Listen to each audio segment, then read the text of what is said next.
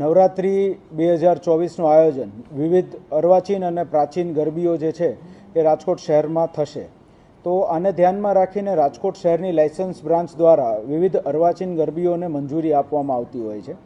આ અરજીઓ જે કરવામાં આવે છે અરજદારો દ્વારા મંજૂરીની, તેની અંદર એક ફોર્મ આખું પ્રિસ્ક્રાઇબ કરવામાં આવ્યું છે.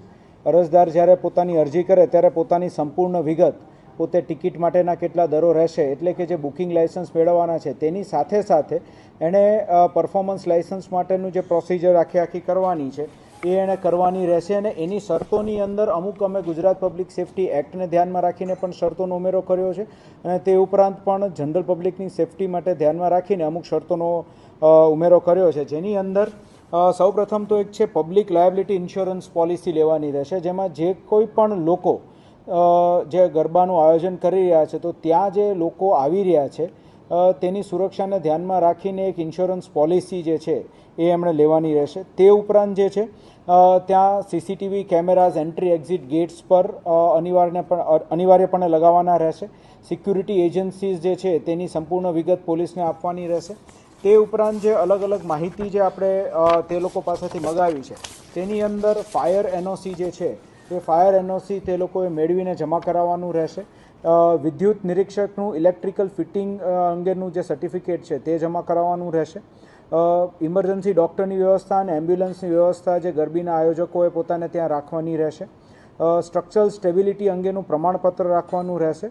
અને જે ઇમરજન્સી ડૉક્ટર જે છે એ ત્યાં રહેવા માગે છે તેનું એક સંમતિપત્રક તેમણે જમા કરાવવાનું રહેશે. આ ઉપરાંત અલગ અલગ ગરબીના આયોજકો દ્વારા વિવિધ ફૂડ સ્ટોલ્સ લગાવવામાં આવતા હોય છે, તો તે ફૂડ સ્ટોલ્સ જે લોકો રાખનાર હોય તો તે ફૂડ ઇન્સ્પેક્ટરનું પણ ચકાસણી પ્રમાણપત્ર મેળવીને સબમિટ કરવાનું રહેશે. આટલી સર્ટિફિકેટ સબમિટ કર્યા બાદ જે તે આયોજક હશે તેને જરૂરી મંજૂરીઓ આપવામાં આવશે. જો આયોજક જે છે તેના દ્વારા બીજાની માલિકી જે હોય તેવી જગ્યાઓ, એટલે ખાનગી માલિકીની જગ્યાઓ જે છે ત્યાંથી ભાડે રાખવામાં આવ્યું હશે તો જે તે ખાનગી માલિકની પણ સંપૂર્ણ વિગત અને તેની પાસેથી ભાડે રાખ્યું હોય તો ભાડા કરાર અને એમનું જે એનઓસી સર્ટિફિકેટ જે હોય એ પણ તેમને રજૂ કરવાનું રહેશે પોલીસ સ્ટેશન ખાતે. અને ત્યાંથી આ બધા જ કાગળોની ચકાસણી કરીને લાયસન્સ બ્રાન્ચ ખાતે આવ્યા બાદ લાયસન્સ બ્રાન્ચ જે છે એ આગળ મંજૂરી આપવા માટેની પ્રક્રિયા હાથ ધરશે. આની અંદર એક સિમ્પલ છે કે કોઈ પણ લાયસન્સની જે મંજૂરી જે છે, લાયસન્સ શાખા દ્વારા કોઈ પણ આયોજનની મંજૂરી છે તે અમે જે વાત કરી એટલા પ્રમાણપત્રો અને અલગ અલગ સર્ટિફિકેટ્સ આવ્યા બાદ જ તેને લાયસન્સ આપવામાં આવશે. એ પહેલાં લાયસન્સ નહીં આપવામાં. જે તે જગ્યાએ આયોજન કરવામાં આવી રહ્યું છે તો તે ગ્રાઉન્ડ જે છે તેની ક્રાઉડની જે કેપેસિટી છે તેનું વિશ્લેષણ જે છે એ જ્યારે લોકલ સ્થાનિક કક્ષાએથી થાણા અધિકારી વિઝિટ કરશે ત્યારે કરશે. અને એને ધ્યાનમાં રાખીને આ બધાને જે આપણે પબ્લિક સેફ્ટી એક્ટનું અગેન આની અંદર પાલન કરવા માટે કહ્યું છે કે જે તે ગ્રાઉન્ડ છે તેની ક્રાઉડ કેપેસિટીને ધ્યાનમાં રાખીને એક સમય જો વધી જાય તો પછી બાકીના લોકોની એન્ટ્રી બંધ કરવા માટેનું પણ એક શરતો જે છે એ આપણે ઉમેરો કરેલો.